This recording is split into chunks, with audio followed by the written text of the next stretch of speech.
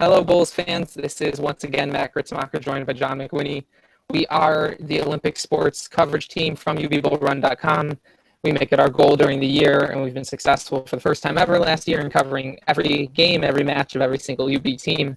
Part of that means that while the rest of the Bull Run team is running through the football team, on player by player for football previews in the fall, we also have to cover previews for all the UB's fall sports, and then as well as wrestling and swimming, which get started in the late fall. This is the third video that we've done. We'll probably end up doing 5 or maybe 6 of preview material. And we're just a week away now, John, from our big preview week when we run through. We have a giant day for us. And we're less than 2 weeks now from women's soccer season opener in State College against Hofstra. Yeah, I'm sure you're very excited to go see them in person. You are still going, right? I am still going. Okay. I'm less excited now that I realized how much a rental car will cost, but I'm still going. When the Airbnb canceled on me and I had to get a hotel, that wasn't the worst, but the rental car is a little pricey. But we'll still be there. We'll have Bull Run representation for the third straight year, I guess, if we count that year, 2014. For the third straight year, we'll have Bull Run at the opening competition of the year for UB, which is great. So we're looking forward to it. But we do have to get started. If you look back on our other 2 video shows from last Wednesday and Friday, as we're doing, we're covering a variety of topics from each team in each show rather than doing a specific soccer show or a specific volleyball show. We're going to continue with that today. We're going to continue that on Tuesday's show.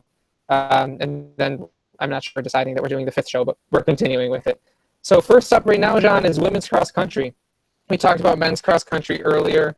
I think the women have more names that are exciting to me. I think both teams were about the same last year in terms of what to expect from meet to meet, what to expect from the MAC championships.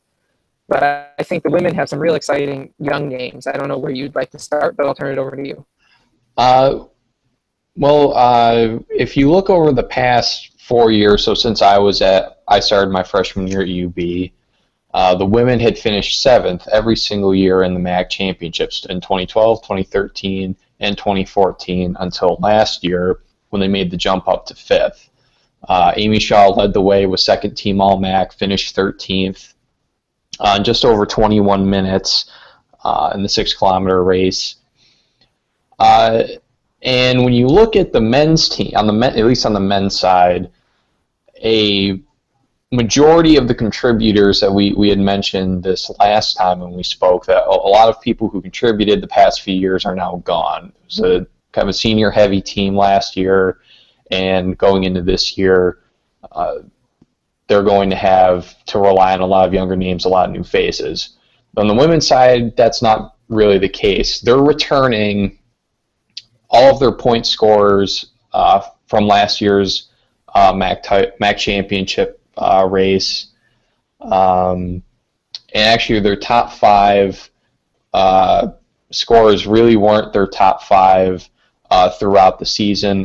Rachel Barrich finished 2nd at the pre-nationals, but then didn't finish top 5 at the MAC championships. And one name that I am very excited for year 2, which I know you are she's a favorite of yours as well, and if for those of you at home who regularly watch the show, Matt already has a smile on his face. He already knows where I'm going with this. Anyone who likes the Lagoon is good in my book. Exactly. You beat me to it. It is Sharday Henry. She finished 35th at the MAC championship. She came in lauded as a great recruit out of Canada.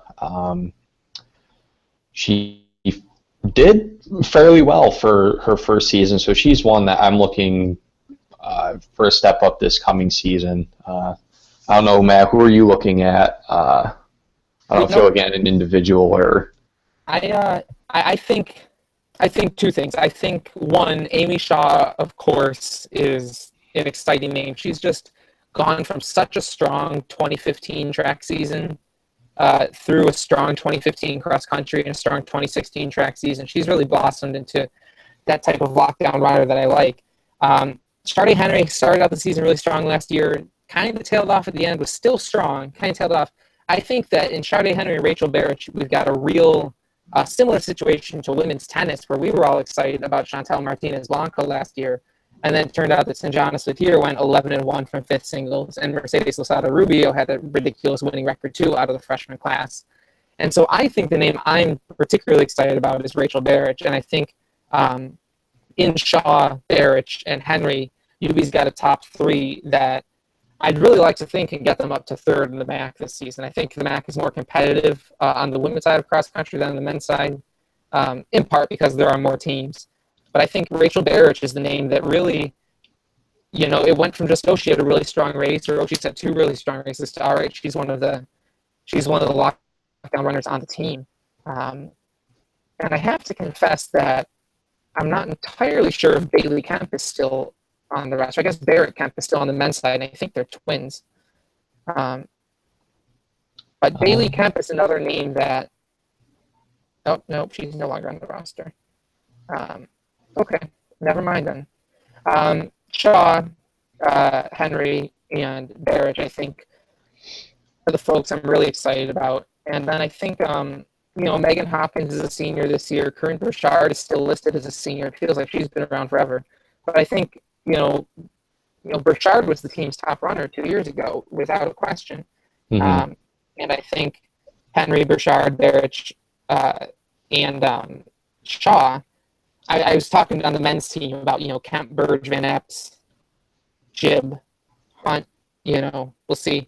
You kind of got 4 to 6 guys on the men's side who I feel like if they all run their best, that's a strong team.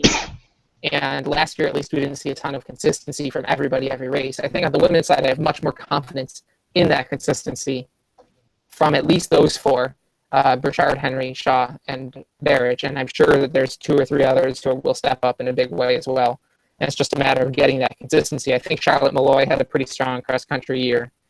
We'll see who else steps up, Yeah, and just looking at the times from this past year's MAC championship, so you mentioned consistency, and we talked about this the other day when we talked about the men's cross-country team, where you had one guy, I forgot who finished first off the top of my head, for the men, and then there was a big gap in between the first place, second place for the men on the UB side.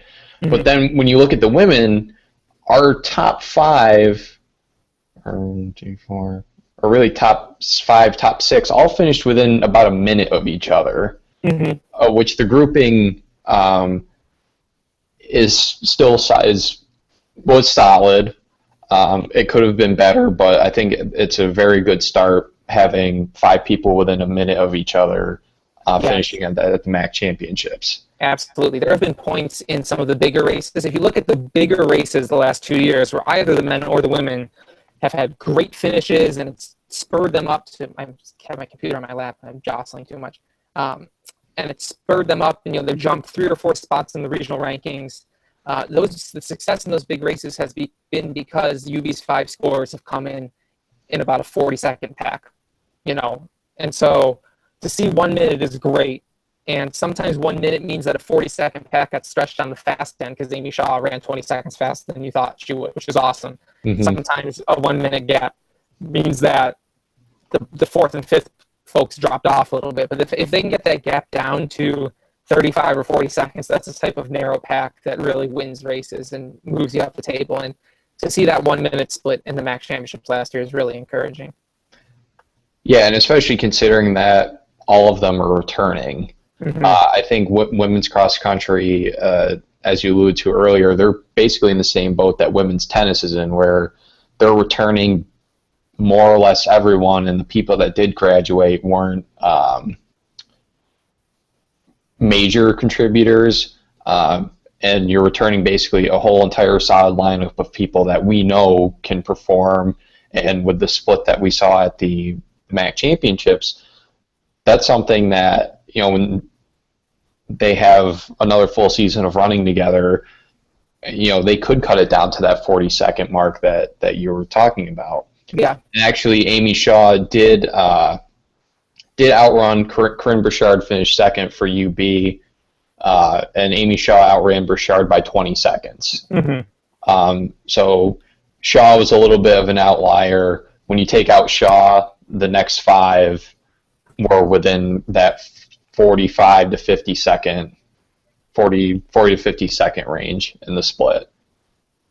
Yeah, absolutely. And if that 20-second move up causes Shaw to be a first-team All-MAC runner this year, and maybe someone else improves to second-team All-MAC, that'll be a nice big jump. So pretty excited for them. I think we'll definitely talk more about this in a written preview. I think the schedule this year is relatively light in terms of competition compared to past years, and I think that I like that move because in past years, if you remember Cam Bruce and someone else 2 years ago, and then like Barrage fell off and didn't run last year, and someone else on the men's side got hurt last year late in the season. I don't mind a later schedule. What it does mean is that they'll open the season on Labor Day weekend at Hamilton's Harry Lang Invite, which if I remember is only like 3 or 4 schools. They'll host their own UB Stampede, which hasn't been super large in the past. And the first, then they just have 2 big meets in October, the Paul Short Invite and Pre-Nationals before the conference championships Halloween weekend. So when it comes to looking ahead and trying to find real meaningful results that we should be excited about, I think it's got to wait till October. I think September will be really good to see what people are bringing to the table, but I think that the first really big meet that we'll look to is Paul Short on October 1st. And we'll talk about that more in the written piece, preview piece in next week, but wanted to put that on the radar. We mentioned women's tennis, John, as a parallel here to the women's cross-country side. And I think that those parallels are true. Obviously, we said it. And we talked about women's tennis either the last time or the time before, just the amount of young talent that's coming in, or that is in, and that, is building, and there's a real sense of continuity. They had a spring that was really impressive. They had a spring maybe like men's soccer that was a notch or 2 ahead of where I thought they'd be in the spring. And hopefully they can use it as a springboard. I'm wondering what do you think would make for a successful fall? Or, what are you looking for out of the spring? What was a good sign that you looked for, something that you'd like to see improved in the fall, knowing that the fall happens and then the spring is when we start competing for championships? Really what I'd be looking for is consistency. Now, I say that looking back on last fall, and there was consistent performance through each of the open tournaments, or not open tournaments, my brain is thinking wrestling, pardon me for that, but through each of the invitationals that women's tennis participated in, Cornell, West Virginia, and then their own UB Invitational before heading to ITA Regionals at the end of October, they consistently had several people. My phone is ringing. Excuse me for one moment. Okay, I'll talk tennis. I don't know where John was going. He was talking about consistency. I do know that the lineup in the fall was relatively consistent. Again, you don't, as we talked about with the men last week, you don't have in the fall bracketed tournaments of singles or doubles competition a strict 1, 2, 3, 4, 5, 6 like you get in duels matches. But you do see from tournament to tournament the same person or 2 will compete in the top flight and the same person or 2 will compete in the next one. And in the fall, we saw Chantal Martinez Blanco and Tanya Stoyanovska at 1-2, which they were in the spring as well. But in those matches, every time that they faced off, usually in the championships of the flights, Martinez Blanco really pretty easily handled Tanya Stoyanovska. And then as the spring came, it was Stoyanovska, running at number 1, and she had a great year at number 1 singles. Further down, I think that we didn't really see from, in a good way, we didn't see from Christine Haraldson, Sanjana Satir, or Mercedes Losada Rubio kind of what they'd become with the years they had in the spring where they were really racking things up.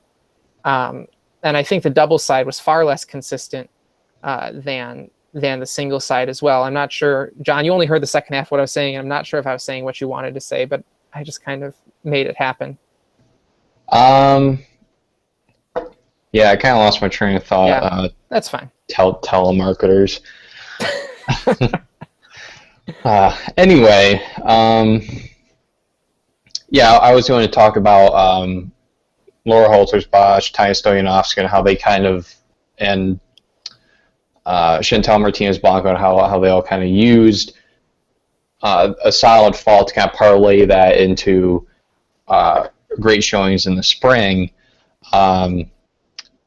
And really the thing that really stood out for me was I think what you were mentioning there towards the tail end of what you were talking about with Martinez-Blanco and Tanya Stoyanovska facing off in the A-Flight finals at the West Virginia Invitational, and with Blanco pretty handily beating Stoyanovska, and Stoyanovska, who was the reigning MAC Freshman of the Year and had a stellar freshman season. That kind of tipped us off to just kind of what type of season that Martinez-Blanco might have. Maybe we'll see something like that again. But the key thing that I'm looking for is just consistency and carrying the momentum that they had built late in the season into the fall, and then continuing that. Because last season they used how well they did in the fall, and they parlayed that into winning their first 7 matches as a team. Then they kind of hit the rougher part of their schedule, and they got a few losses, but they really started so strong in the spring. I think the strong fall that they had really had a lot to do with it. Mm-hmm. Yeah, I think there's no doubt in that. I think about what I want to see in the fall, hoping that it will carry over to the spring. I want to see solid doubles pairings. I think we were really lucky this past year that we were able to see the doubles pairings come together pretty easily, and we knew what they were, and they were predictable, and we had confidence in them. The one student athlete that they've lost to graduation is Diana Gassiev, and she was a pretty reliable doubles spot, especially when she stopped competing in singles and it was exclusively on doubles. That's a spot. I don't think the guesswork's going to be as significant as we'll see on the men's side with all their new faces, but I really would like to see, ideally, some doubles pairings settle out, and not just settle out, but get time together in competition and not just in practice, and have competitions together, and to some extent that maybe pushes a timeline that's unnecessarily quick on them. But I'd love to see by, say, the middle of October, 3 doubles pairings set so that they can play together and have success through their last 2 weekends of competition in the ITAs, and see what comes out of it. They don't all qualify for the ITAs. Hopefully one of them will. Mm-hmm. That's something I'm really looking forward to. I would like to see... I'm really looking forward to see what's going to come from Christine Haraldson. I think that she has the capability to really step up, and as we were talking a show or 2 ago, I think that UB's got 2 or 3 who could compete at number 1 singles against anyone in the MAC, and I think that they've got 2 or 3 who can compete with anyone at 3 in the MAC. And I think Haraldson had a kind of a breakout year last year after her freshman season, and I'd really like to see her take another step forward. And it just feels really good to think about Stoyanovska, Martinez-Blanco, Kotak, Haraldson, Holter-Bosch, Sutir. Like, that's ridiculous considering how all those names did last year. And I think Haraldson and Holter-Bosch are 2 names that we found ourselves talking about less. But if you go back and look at last year, they were plenty successful last year. And so I'd love to see them be just as successful in the fall and see if maybe something becomes, not that they were inconsistent last year, but just even more so consistent. I think the more I talk about this team, the more I think they are not far away at all. And of course, they very nearly upset Ball State in the MAC semifinals last year, and Ball State was the top seed. I think if they beat them, they win the championship. But it's still weird to stop and think about just how close I think they all are. And I really think this is a team that can win a championship this year.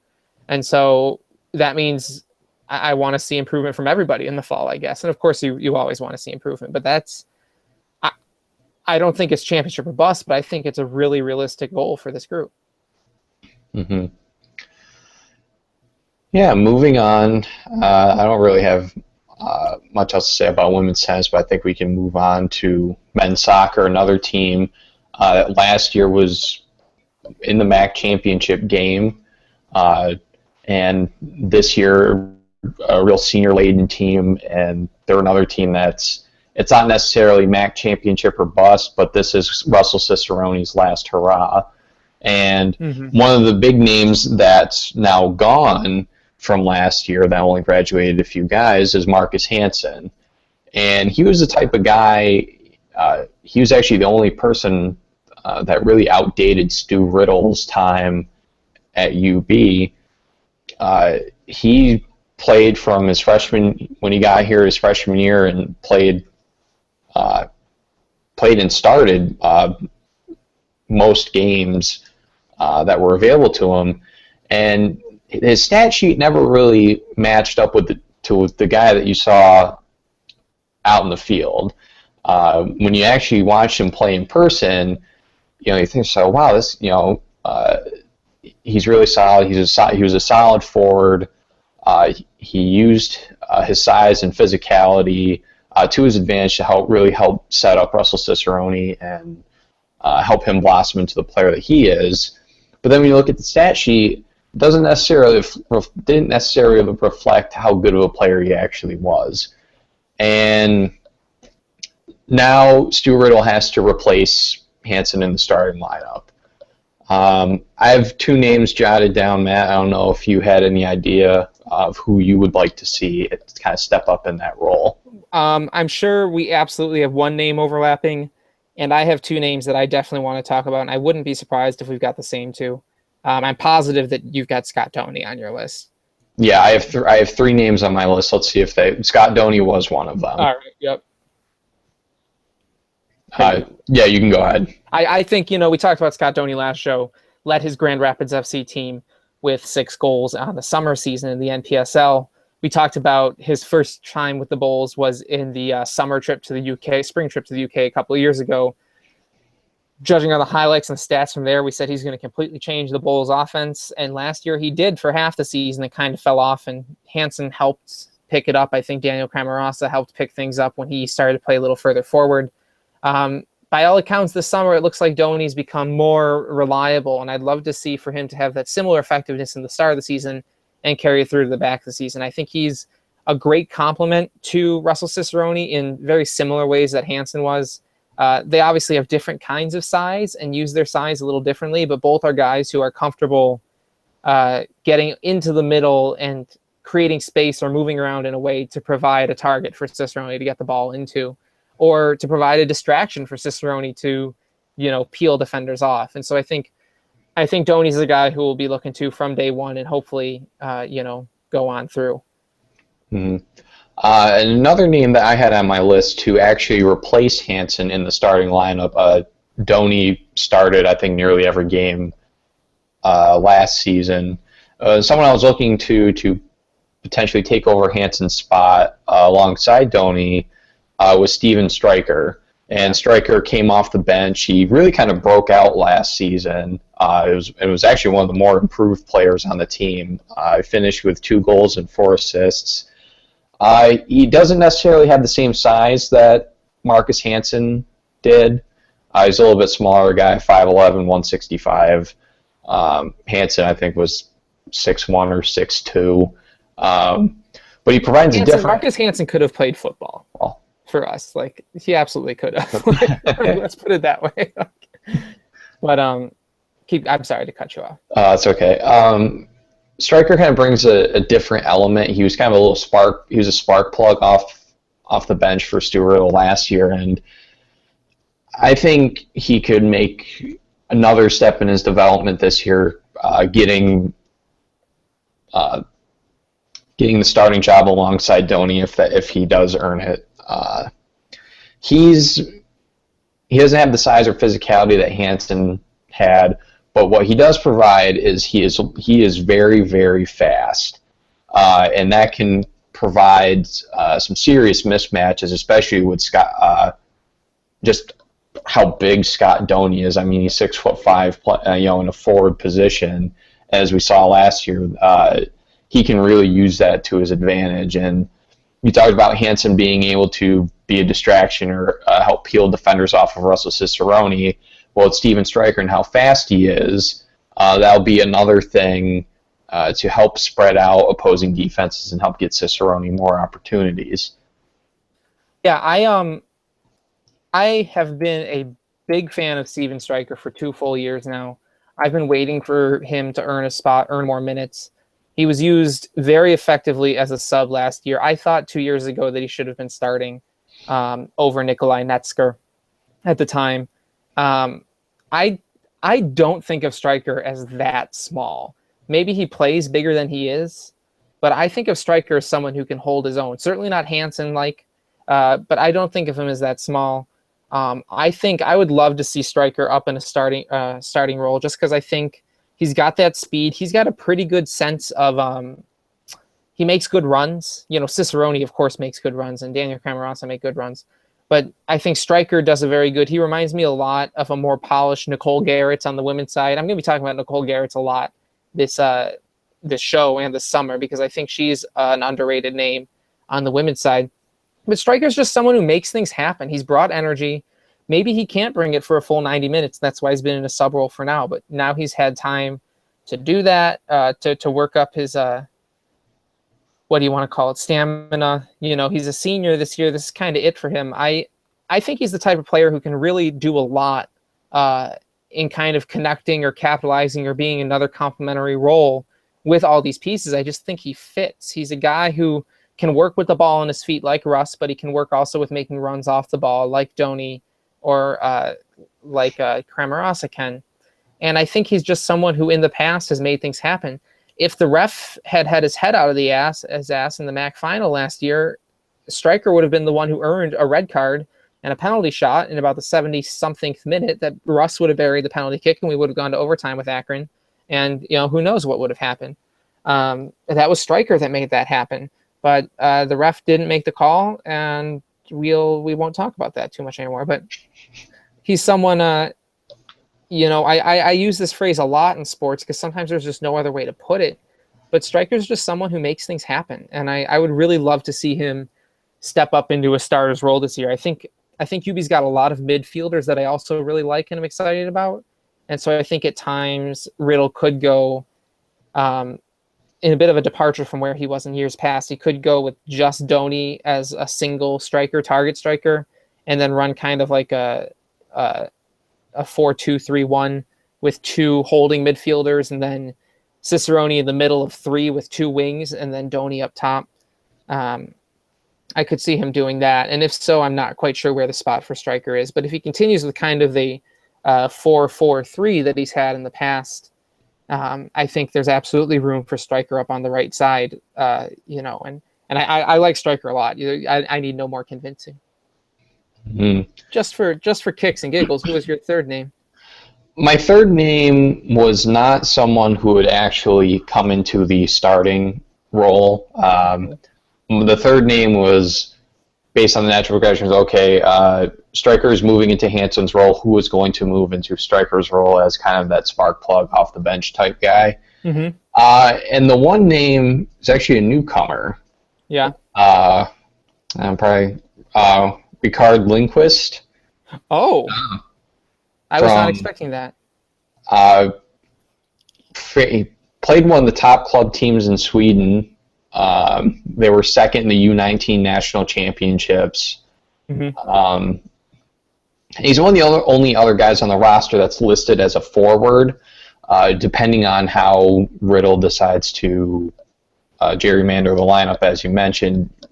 What I'm saying might not even be true. He might not even really see that many minutes. Mm-hmm.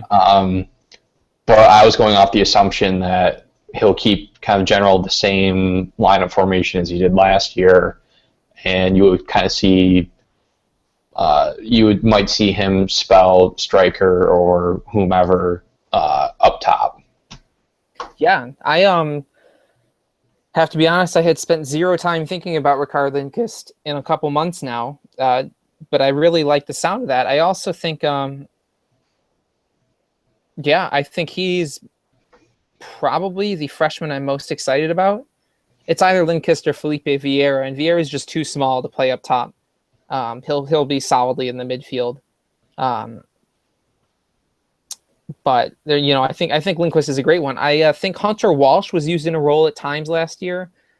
Very late, not as like a 20-minute sub, but as like a last 10-minute sub, and he made some things happen. I think Hunter Walsh scored the goal at Stony Brook. Stony Brook, yeah. It was a road game against a MAC team or a New York team, and that was a goal that we really desperately needed.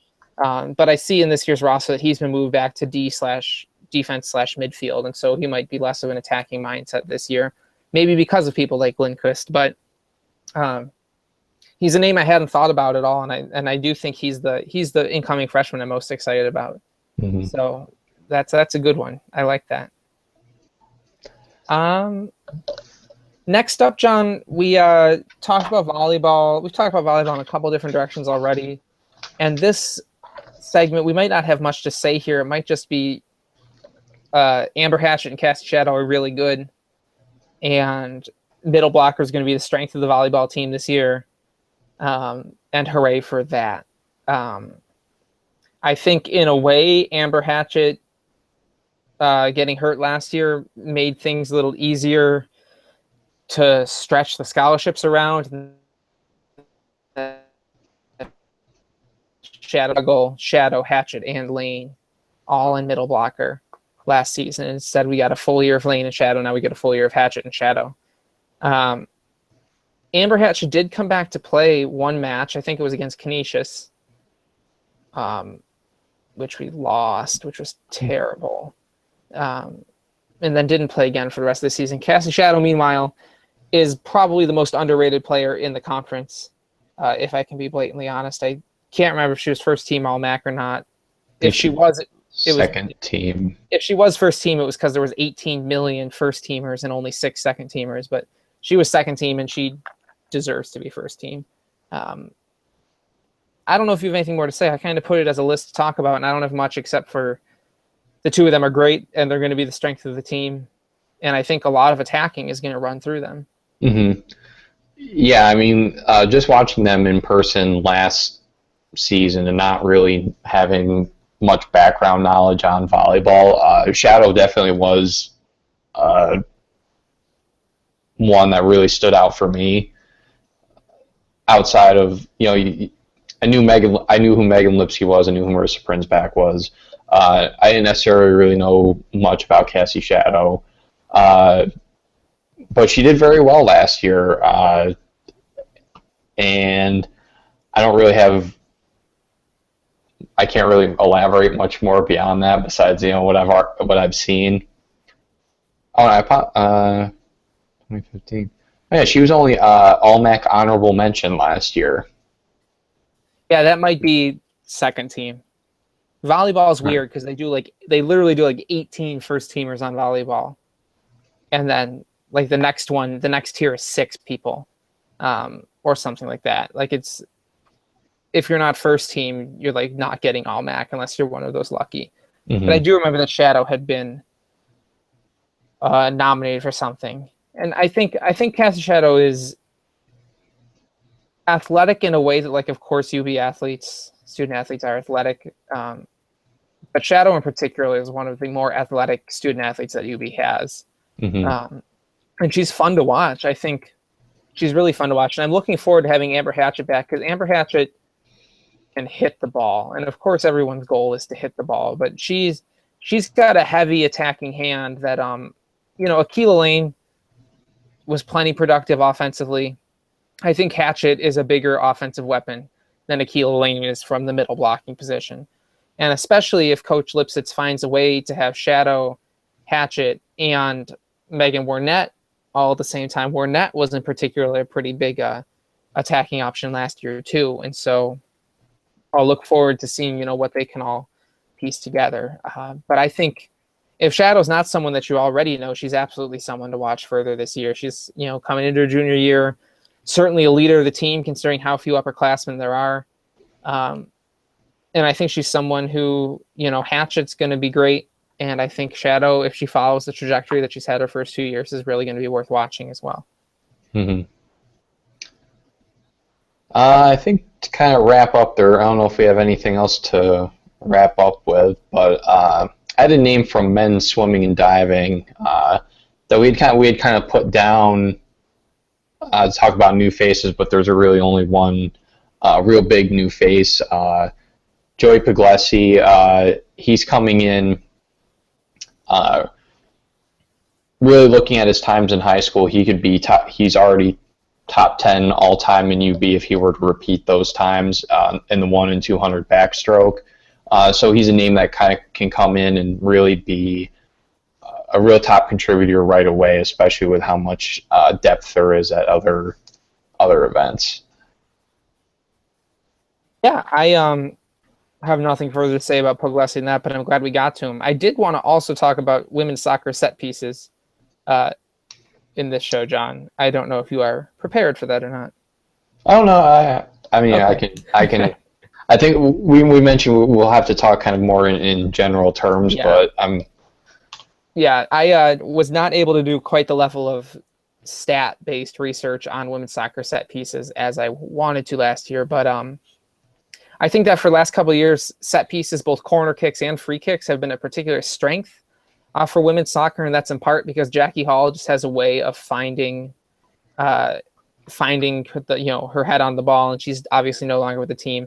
I also think UB has been pretty lucky between Sophie Therian, Julia Benatti, and Brianna Shingary over the last 2 years to have folks who are really skilled at delivering the ball where it needs to be on set pieces. And I think both ends of that have really been disrupted this year. On the delivery, Brianna Shingary is gone in funny circumstances that today's not the day to talk about it either. We will someday.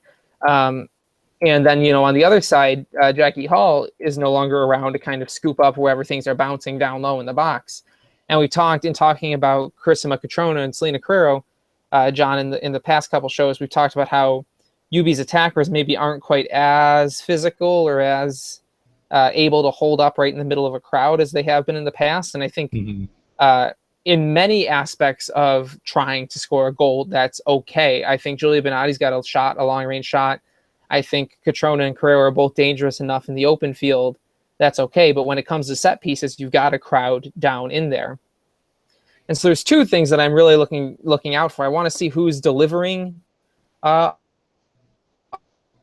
the set pieces more often than not. Last year, it depended on which side of the field they were on so that they could still stick to their shape and their lineup. And I'm wondering if this year, if Benatti will deliver, corner kicks from either corner, or if someone else will have stepped in and impressed Burke enough that she can also deliver from the other side. And then I think when it comes to who's the one who's going to get their head on the ball on free kicks or going to get their head on corner kicks or that they're going to fall to and is going to be able to get a shot through traffic, I think that that's a real big question as well. And I think for me, at least, I get back. I mentioned Nicole Garretts earlier, and I mentioned the phrase makes things happen. I think Nicole Garretts is someone who just makes things happen.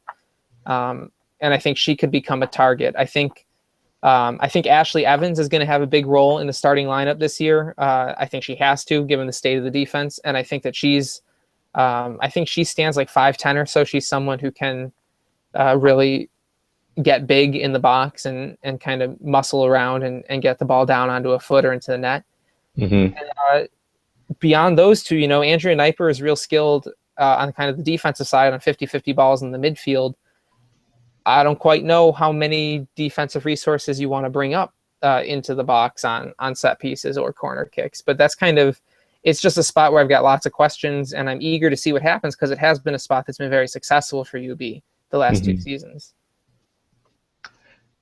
Yeah, I mean, really with the departures of really Jackie Hall was the big one that you mentioned that I can recall watching last season. I think on nearly every corner kick, Hall was in the vicinity or had a head or foot on every corner kick that came in. There's the real issue that you mentioned earlier really is going to be the size in the box. I mean, Catrona and Carrero are fairly short compared to Jackie Hall. I think they're only like 5'3", 5'4", and when you're in a crowd like that, it's really hard to make yourself stand out and really attack the ball when you're at a size disadvantage like that. The one name that you did mention that I had kind of hoped that Burke would bring up was Andrea Kniper. I know how you just say put her in the middle and let her destroy anyone. It's like, well, why can't we apply that same principles on a corner kick or a set piece? Yeah, I think it's there. I think for a time last year, Kniper had more of a offensive role at the beginning of the season. No, she's starting defense. There have been times where Kniper's been a little bit more offensive in her career. And I don't think that's the role for her. But in a set piece, I think that's a good shot. I think she's someone who can deliver on set pieces and then get. I mean, Jackie Hall was able to do it and then get back. I see no reason why Kniper can't. The plus side of it too is if we get a couple early corner kicks and Kniper, even if she doesn't connect, just kind of dominates, physically down there. Even if Ashley Evans dominates physically down there, I think the only two defensive back lines in the conference that concern me size-wise are Ball State and Western Michigan. Otherwise, throw some of the taller bodies down there and get the intimidation factor going early, and that might open things up as well. And we'll see what happens. I think there's always a chance. I think this is an area where there's going to be a new name that we just didn't expect to factor in as well. Maybe Moira Petrie just has an incredible nose for the ball once she's just moved around a little bit. Maybe Cara Daly or Georgina Jandu come up and just kind of it fits. I think when I'm looking around, I think Ashley Evans and Andrea Kniper are my guesses. I think Nicole Garrett is someone who makes things happen. But I do think that there's going to be a name that we have not talked about or barely talked about. I think it's almost a guarantee that a freshman starts this year somewhere. That's a topic for another show. It's a topic for another show, but I think it's a guarantee. We've had, multiple freshmen starting. Obviously Dougal and Benatti a couple years ago, and then Shingary last year. I have my guesses as to who it is this year. But I wonder, if there's, there's someone who we're not even considering who is going to play a big role on set pieces this year, just because, I'm not sure what's going to happen there. And I think there's two questions. I think when it comes to the delivery, right now it looks like it's just Benatti over and over again. But Shingary kind of came out of nowhere last year and was this incredible asset on set pieces. And maybe we got someone else who's got a big leg like that this year. And then on the other end, it's just as much size and physicality as it is someone who has a nose for the ball and can get around. Angel Hart has delivered a few free kicks in the past. She's also been kind of dangerous.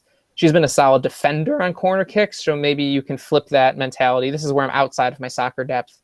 Maybe you can flip that mentality and be a good attacker on corner kicks as well. I don't really have much else more to elaborate on that. That's what I've got. So I think that's it for Sunday. I think that's it.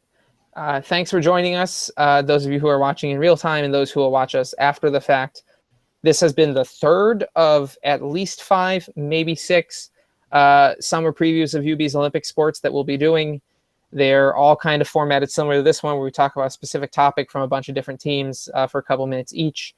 And I keep saying that we're getting closer and closer and closer to actual competition instead of just us talking about things that we'd like to think we're knowledgeable about. And in some ways we're pretty knowledgeable, and in other ways we admit that we're not. At the end of the day, we just want to talk sports, and so that's what we're doing. But we're less than 10 days away now from really getting going. Next Monday, next week, this week of the 15th is our big preview week. We'll have written pieces, and then of course we have all these videos. If this is the first time you're seeing one, go back and find the one from last Wednesday and last Friday. See what we had to say then. We'll have another one of these on Tuesday. We hope you have a good rest of the weekend. Go Team USA and all that. For John McWhinney, I'm Matt Gertzmacher. We're from UBBullRun.com, covering all University of Buffalo Bulls athletics. Have a good one.